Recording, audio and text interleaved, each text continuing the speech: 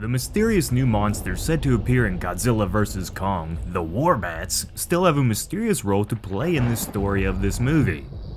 The only information we have on the beast was given to us in a recent description that states that they are a fierce and deadly predatory species that work together in high numbers and have poisoned wings, soaring around the giant caverns of the now known Titan realm called the Hollow Earth. This description was short in detail, but it got us thinking about a potential theory where these new flying monsters may be the greatest threat to the existence of mankind in this new Titan-infested world. So let's not waste any more time, let's get to this Monsterverse theory, residents. Kaiju fans have been around since the 60s, and no offense to the Sheilas out there, but most of them are men. Us dudes may think we are manly and covered in lush, beautiful hair like that of Kong, but the truth is, most of us are shedding manly tears as we see our hairline recede or disappear altogether. Us dudes like to think we're as manly and as covered in lush, beautiful hair as Kong, but the truth is, many of us are shedding manly tears as we see our hairlines recede or disappear altogether.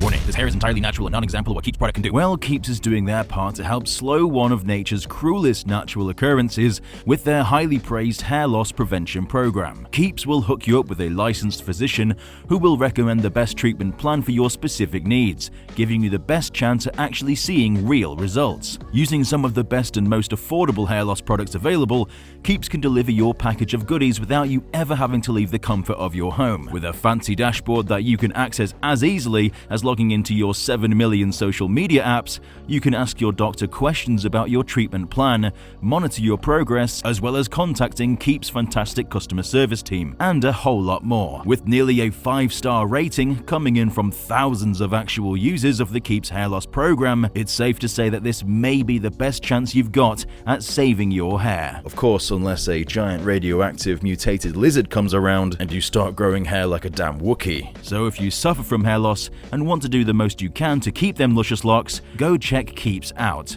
Follow the link keeps.com/DangerVille or follow the link down below to get a special discounted price. Thanks residents for listening, now back to the video. To better understand this theory, let's first understand the long-lasting legacy of something I like to call the swarm effect. For decades in film and much longer in storytelling, swarms, whether it be zombies, aliens, or locusts, have had major impacts on the survival of humans and various life forms who get stuck in the way of this overwhelming flood. Swarms work a hell of a lot like a virus, which we all know can be devastating when getting out of hand. Warbats are now confirmed to be numerous in their numbers, and while this small description doesn't give us any clues as to them working like a swarm exactly, it's safe to theorize that this is plausible. We know they come from the Hollow Earth and they have the ability to fly. Combined with their reptilian-like biology and with little natural predators capable of thinning the herd you would imagine, there's a real shot that this species has gone on to breed, and breed some more. Snakes, an animal that clearly influenced the design of the Warbat, typically lay vast amount of eggs. If it wasn't for so many natural predators, Earth's slithering reptiles would quickly become overpopulated and in some cases, create the swarm.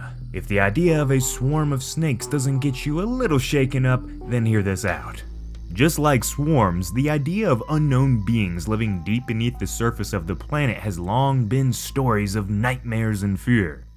Time after time, in video games, movies, or books, deep-dwelling creatures are monstrous in nature and in a way completely alien to the rest of the life on the planet. Coming from a world so different from the surface, the biology of these deep dwellers makes them act and behave in ways that, well, makes no sense to our understanding of how things should work. So to place the picture I'm trying to describe to you in this theory about the Warbats into your minds, imagine this. Cue dramatic voice. A swarm of hundreds, no, thousands of giant slithering snake-like monsters with wings and giant fangs slowly coming out of the deep darkness of the Hollow Earth. You hear the shrieks of so many of these monsters that it blocks out all other sounds. You can't even hear yourself think. The darkness hides them, but the swiftness of them flying around makes it feel like you are in the middle of a windstorm. The smell is atrocious, like the standard musk of a cave, but mixed with the bitter smell of urine and God knows what other secretions that come from the beasts. Next thing you know, well, you feel nothing. The swarm has consumed you. Bringing you back to your bodies now, welcome back everybody. You may be thinking, well, how does this mean the Warbats may threaten the entire world? If the Warbats were simply giant snake monsters, they would be trapped on Skull Island or any other entrances to the Hollow Earth, but these bastards have wings. The ability to fly or at the very least glide, and on top of that, they look like they could be semi-aquatic in nature, like that of a sea snake, meaning they could possibly swim underneath the powerful storms surrounding Skull Island, breach the surface of the water, and then use their mighty wings to reach anywhere on the entire planet. With the known tampering of the Hollow Earth entrances on Skull Island done by humanity, this theory supports the idea that we released the Warbats due to our own arrogance. Another common trope done in storytelling where mankind unleashes hell upon itself due to usual greedy intentions. So the Warbats escape the Hollow Earth. Their otherworldly adaptations allow them to escape the island with little resistance, and then they set out to the nearest source of easy food, the city supporting millions of clueless humans. It may be hard to think the Warbats would be more dangerous to mankind's existence than the 400-foot tall Titans, but the Titans are, kind of slow and, well, easy to see from miles away.